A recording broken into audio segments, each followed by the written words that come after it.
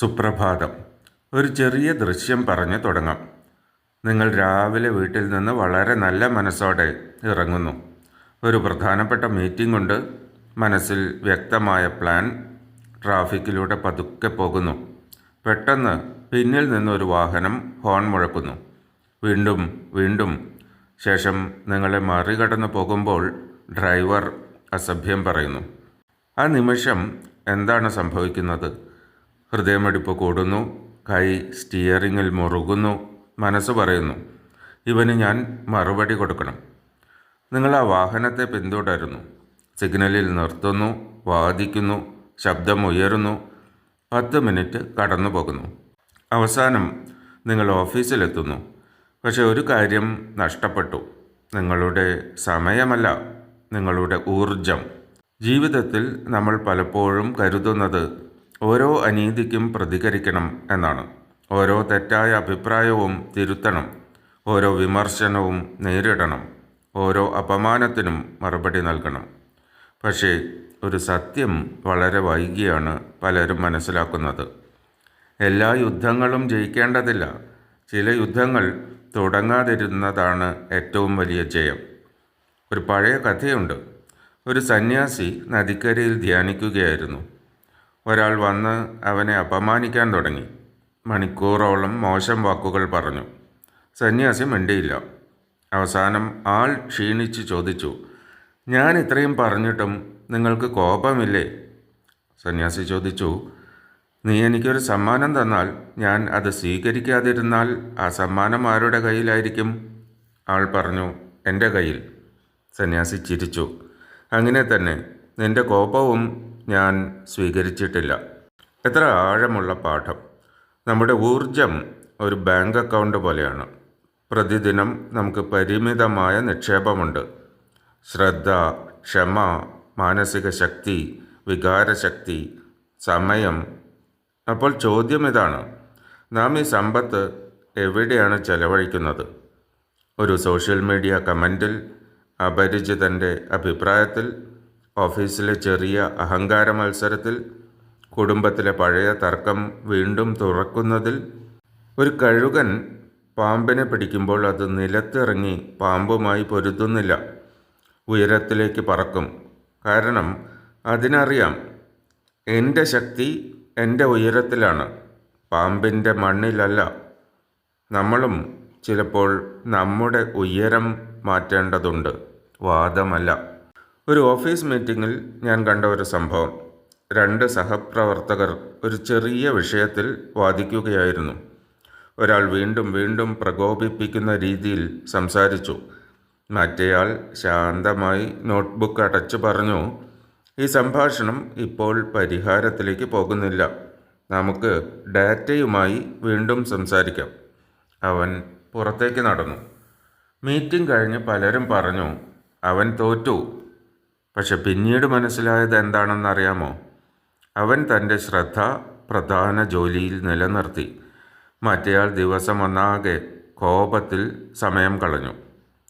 ഇവിടെ ഒരു പ്രധാന വ്യത്യാസമുണ്ട്. പിന്മാറുക എന്നത് ഭയപ്പെടുക എന്നല്ല. ഒരു സർജൻ ഓരോ ചെറിയ മുറിവിനും വലിയ ശസ്ത്രക്രിയ നടത്തില്ല. ഒരു ജനറൽ ഓരോ അതിർത്തി തർക്കത്തിനും യുദ്ധം പ്രഖ്യാപിക്കില്ല. ബുദ്ധി എന്നത് ശക്തി ഉപയോഗിക്കുന്നതല്ല, എപ്പോൾ ഉപയോഗിക്കാതിരിക്കണം എന്ന് അറിയുന്നതാണ്. നമ്മുടെ ജീവിതത്തിൽ ചില ഊർജക്കള്ളന്മാർ ഉണ്ട്.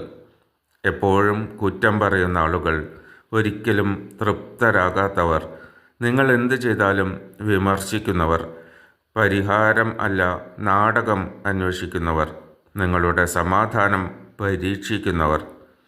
അവരുമായി ഓരോ തവണയും പോരാടുന്നത് സുഷിരങ്ങളുള്ള ബക്കറ്റിൽ വെള്ളം നിറയ്ക്കാൻ ശ്രമിക്കുന്നത് പോലെയാണ്.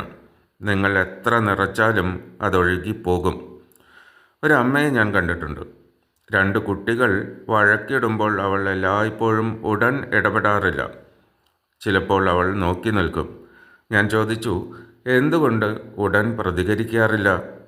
അവൾ പറഞ്ഞു, എല്ലാ ശബ്ദത്തിനും എൻ്റെ ശബ്ദം ചേർക്കേണ്ടതില്ല. ഇത് മാതാപിതാക്കൾക്കുള്ള പാഠം മാത്രമല്ല, ജീവിതത്തിനുള്ള പാഠമാണ്. എല്ലാ ശബ്ദത്തിനും നമ്മുടെ പ്രതികരണം ആവശ്യമില്ല. ചിലപ്പോൾ മൗനം അഹങ്കാരമല്ല, ഊർജ സംരക്ഷണമാണ്. ഒരു കഠിനമായ ചോദ്യം: നിങ്ങളുടെ ജീവിതത്തിലെ ഏറ്റവും വലിയ ലക്ഷ്യം എന്താണ്? ആരോഗ്യം, കുടുംബം, കരിയർ, മനസ്സമാധാനം, സേവനം, ആത്മവികസനം? ഇനി ചിന്തിക്കൂ, ഇന്നലെ നിങ്ങൾ ചെലവഴിച്ച മാനസിക ഊർജത്തിൻ്റെ എത്ര ശതമാനം ഈ ലക്ഷ്യങ്ങൾക്ക് സഹായകമായിരുന്നു? എത്ര ശതമാനം അനാവശ്യ യുദ്ധങ്ങളിലായിരുന്നു? 1 മണിക്കൂർ കോപം, 2 മണിക്കൂർ മനസ്സിൽ വാദം തുടരൽ, 3 മണിക്കൂർ അവൻ അങ്ങനെ പറഞ്ഞത് എന്തിന് എന്ന് ചിന്തിക്കൽ. ഇതാണ് നമ്മൾ അനാവശ്യമായി നഷ്ടപ്പെടുത്തിയ ഊർജത്തിൻ്റെ കണക്ക്. നമ്മെ തളർത്തുന്നത് ജോലി മാത്രമല്ല, അനാവശ്യമായ വികാര യുദ്ധങ്ങളാണ്. ഒരു മരത്തെ നോക്കൂ. കാറ്റ് വരുമ്പോൾ അത് ഓരോ കാറ്റിനോടും പൊരുതുന്നില്ല. ചിലപ്പോൾ വളയും, ചിലപ്പോൾ നിശ്ചലമാകും, ചിലപ്പോൾ കാറ്റ് കടന്നു പോകാൻ അനുവദിക്കും. അതുകൊണ്ടാണ് അത് നിലനിൽക്കുന്നത്. കാറ്റിനു മുൻപിൽ തല കുനിക്കാത്ത മരങ്ങൾ പലപ്പോഴും ഒടിയും. മനുഷ്യൻ്റെ പക്വത എപ്പോൾ കാണാം? ആരെങ്കിലും പ്രകോപിപ്പിക്കുമ്പോൾ. ഇതിന് എൻ്റെ സമാധാനത്തിൻ്റെ വിലയുണ്ടോ എന്ന ചോദ്യം അവന് ചോദിക്കാൻ കഴിയുമ്പോൾ. ആ ചോദ്യം ജീവിതം മാറ്റും. ഈ കമൻറ്റിന് എൻ്റെ രക്തസമ്മർദ്ദത്തിൻ്റെ വിലയുണ്ടോ? ഈ വാദത്തിൽ എൻ്റെ കുടുംബ സമയത്തിൻ്റെ വിലയുണ്ടോ? ഈ വ്യക്തിക്ക് എൻ്റെ ഉറക്കത്തിൻ്റെ വിലയുണ്ടോ? ഈ യുദ്ധത്തിന് എൻ്റെ ഭാവിയുടെ വിലയുണ്ടോ? പലപ്പോഴും ഇല്ല എന്നായിരിക്കും ഉത്തരം. അപ്പോൾ നമുക്ക് എന്ത് ചെയ്യാം? 4 ലളിതമായ ഫിൽറ്ററുകൾ ഉപയോഗിക്കാം. ഇത് 5 വർഷത്തിന് ശേഷം പ്രധാനമാകുമോ? അല്ലെങ്കിൽ വിട്ടേക്കാം. ഇത് പരിഹരിക്കാവുന്ന പ്രശ്നമാണോ, വെറും അഭിപ്രായ വ്യത്യാസമാണോ? അഭിപ്രായ വ്യത്യാസമാണെങ്കിൽ എല്ലായ്പ്പോഴും യുദ്ധം ആവശ്യമില്ല. ഞാനിപ്പോൾ പ്രതികരിക്കുന്നത് മൂല്യങ്ങളിൽ നിന്നോ വികാരത്തിൽ നിന്നോ? വികാരത്തിൽ നിന്നാണെങ്കിൽ കാത്തിരിക്കൂ. ഈ പ്രതികരണം എന്നെ ഞാനാകാൻ ആഗ്രഹിക്കുന്ന മനുഷ്യനോട് അടുത്താക്കുമോ? ഇല്ലെങ്കിൽ നിർത്തൂ. ഇന്ന് രാവിലെ ഞാൻ നിങ്ങളെ ഒരു കാര്യം ഓർമ്മപ്പെടുത്തട്ടെ. ഇന്ന് ഒരാൾ നിങ്ങളെ പ്രകോപിപ്പിച്ചേക്കാം. ട്രാഫിക്കിൽ, ഓഫീസിൽ, വീട്ടിൽ, ഫോണിൽ, സോഷ്യൽ മീഡിയയിൽ. ആ നിമിഷം ഉടൻ പ്രതികരിക്കരുത്. ഒരു ശ്വാസമെടുക്കൂ. ശേഷം സ്വയം ചോദിക്കൂ, ഈ യുദ്ധം എൻ്റെ ഊർജത്തിന് അർഹമാണോ?